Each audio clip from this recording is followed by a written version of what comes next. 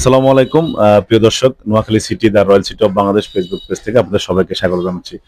তো আমি আজকে ভিডিওটি কিন্তু বেশি বড় করব না, আমি দু একটা কথা বলবো। বাইরে কিন্তু প্রচন্ড ঠান্ডা বাতাস, তার মধ্যে আমাদের পার্শ্ববর্তী জেলা যারা আপনারা আমাদেরকে নোয়াখালীকে মানে নোয়াখালী বলে গালি দেন বা নোয়াখালীর মানুষকে আপনারা ওইভাবে দেখেন না বা অনেক মানে নিন্দার চোখে দেখেন।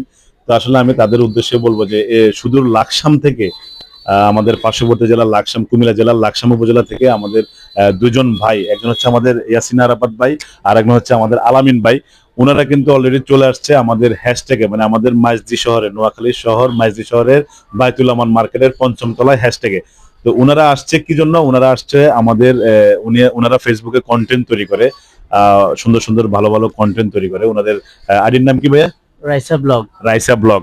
তো ওনাদের রাইসা ব্লগ নামে একটা ফেসবুক পেজ আছে, ওনারা ওখানে ভালো ভালো কন্টেন্ট তৈরি করে। তো ওনারা আসছে, অলরেডি ওনাদের ভাগ্য ভালো 1.7K ওনাদের ফলোয়ার, কিন্তু ওনারা তার মধ্যে কিন্তু কন্টেন্ট মনিটাইজেশনটা পেয়ে গেছে। এটা অনেকে যেহেতু পায় না, যা অনেকের আছে যেমন 1 লাখের উপরেও ফলোয়ার আছে কিন্তু তারা কন্টেন্ট মনিটাইজেশন পায় না।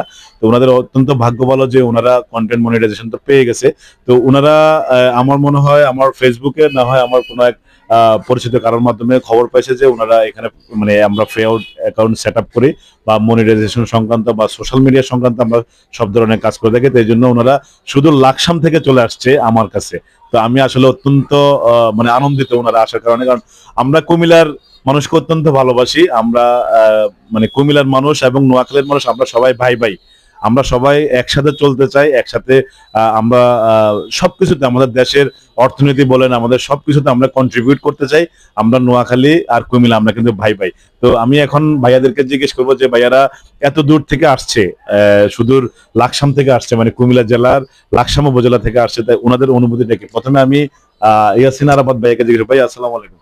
ওয়ালাইকুম আসসালাম। আপনি যে এত দূর থেকে আমাদের নোয়াখালীতে আসছেন, মানে আপনার কেমন ফিল হলো? কারণ অনেকে তো মনে করে যে কুমিল্লা আর নোয়াখালী মানে কি এটা দা কুমড়া সম্পর্ক। জি না, জি না, এটা কি জন্য দা কুমড়া সম্পর্ক হবে? এই যে বিভাগ নিয়ে যে একটা চলতেছে। না, জি না, আমরা সবাই তো বাংলাদেশের মানুষ, আমরা সবাই এক জায়গার মানুষ, একসাথে থাকি, একসাথে সবকিছু করি।